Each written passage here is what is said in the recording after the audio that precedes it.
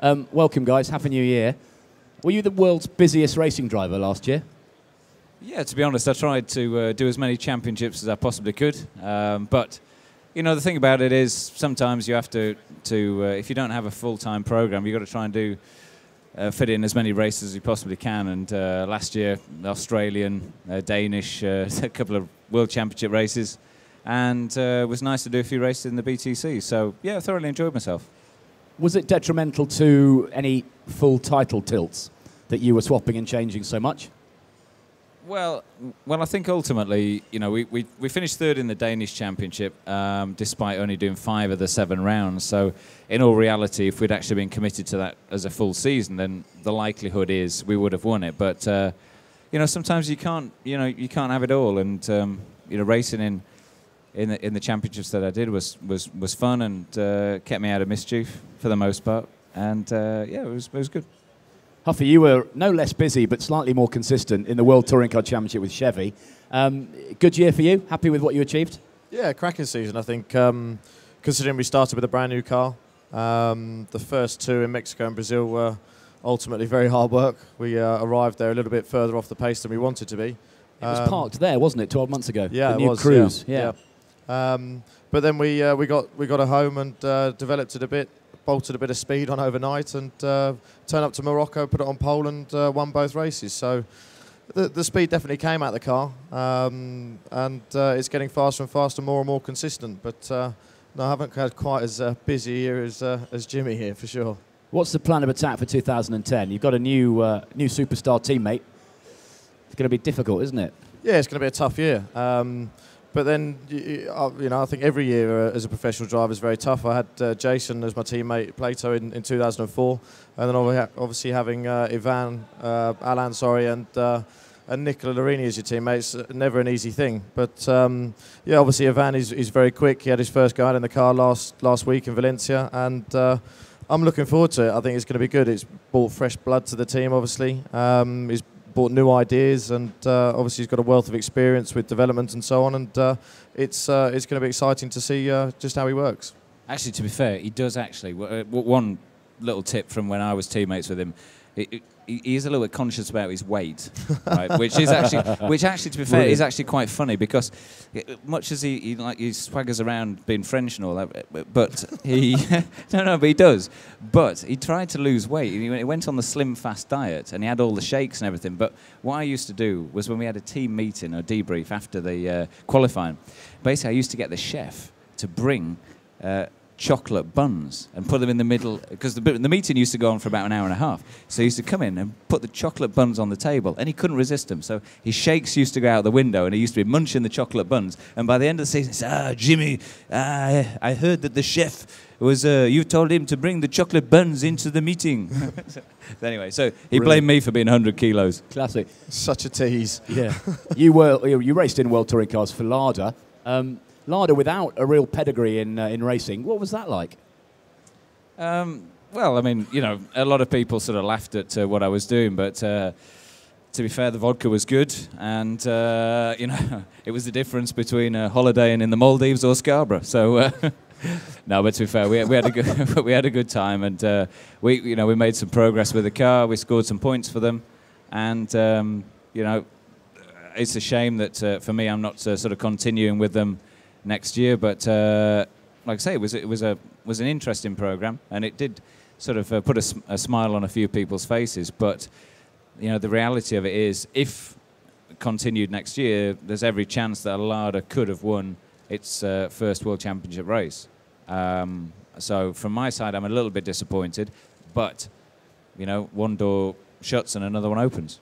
Was it quicker than Huffy's MGB? The Lada. Everything's quicker than Huffy's MGB. That MGB, that's great fun, isn't it? You like sliding that around in historics? Yeah, it was pretty much the first car I ever raced, and obviously still have a play in it now whenever I'm obviously about and able to do so. I learned a lot from it. You know, it's a great car. It's always been very reliable.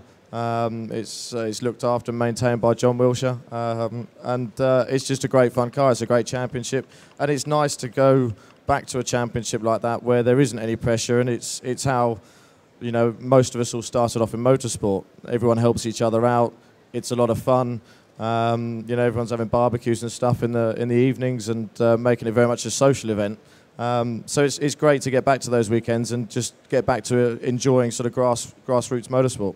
And the power goes to the correct end of the car, doesn't it? Yeah, most people say that. Yes. Is that more fun, sliding an MGB around a soggy Cadwell Park than understeering a Chevy Cruze around Poe or Macau? Don't be politically correct. No, I won't. No, for sure it's more fun. Yeah. There's no two ways about it. You can't beat a 1979 200 horsepower rear-wheel drive MGB on slicks in the wet. No, quite. Talking of proper old cars with rear-wheel drive and barbecues in the evening, let's talk about Bathurst, that crazy place. Why? Well, I had a gap in the diary, so I thought I'd try and fill it with a bit of Australia. No, I didn't mean you. I just meant Bathurst. Why? I'll be quiet then. It's a mega place, isn't it? Do you know what? It is. It's one of those things where I used to watch it on the television when I first started touring car racing. I used to watch it on the television. I used to see the coverage that used to be on the TV, and I thought, do you know what? One day I want to race at Bathurst. Anyway, this year was for me the sort of. I managed to fulfill my ambition. But Jason, I spoke to Jason before I went out there, and Jason said to me, he said, Jimmy, be really careful, because if you go up the mountain, the people up there, they're sort of a little bit of a different breed. And I sort of smiled at him, and I sort of took it a little bit the wrong way. Anyway, this year, we go basically 888 Race Engineering. What they do is we go up there and we have a barbecue on the mountain, and we give away all the food to the guys who are camping up there, and we have a sort of bit of a shindig, and it's really, really good fun. But they are very much a different breed. They're absolute hardcore touring car fans.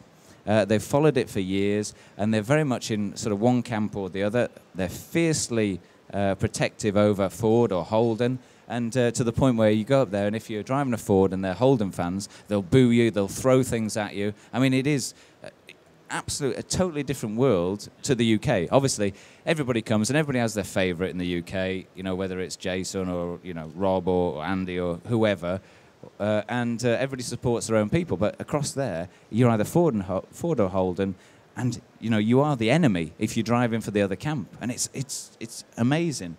And the V8 drivers are like our Formula 1 drivers. You know, Craig Lowndes, who was my teammate, is literally worshipped. I mean, you walk down, I went for lunch with him, and literally it took us about 20 minutes to get from the hotel. You know, absolutely crazy to get from the hotel to the restaurant, because people just stop him in the street. And, you know, I was like his bag carrier. You know, it was like, well, you know, it's fun. I do a bit in England, you know, but where? Yeah, where? UK. But no, it's amazing, and you know, they're really popular, and the series is fantastic. Huffy, do you fancy Bathurst? I'd love, yeah, for sure. I'd love to. The MGB around Bathurst, that would be good. Oh, fantastic! I'd pay money to see it. Yeah, I think we might struggle down Conrod Straight in the MG a little bit. Might run out of and up the hill at the start. Yeah. Okay. Thanks. I'll let you go because you're awfully busy, aren't you? Yeah, I'm really busy. James is full of stories today. It's incredible. I'm feeling quite mischievous today. To be honest. We had good fun last night. It was. Do you know what? The nice thing about the show is you get to see a lot of guys that you don't often see, and it's an environment, you know, where everybody's sort of, you know, we're not racing yet. You're relaxed, aren't you? Yeah, relaxed. It's good, and you know, I have to say, it's great to see Jensen here. You know, from the point of view, he was awesome. Yeah, he was absolutely awesome. You know, at the end of the day, you want a world champion who's going to come and entertain people and say hello and everything. At the end of the day, that's what we got. We need more characters back in motorsport, and we need people who actually want to get on with it and say hello to people and have a good do. So, you know, so be it. Hear to that. Good stuff. Thanks, guys. Rob Huff, James Thompson, our touring car stars.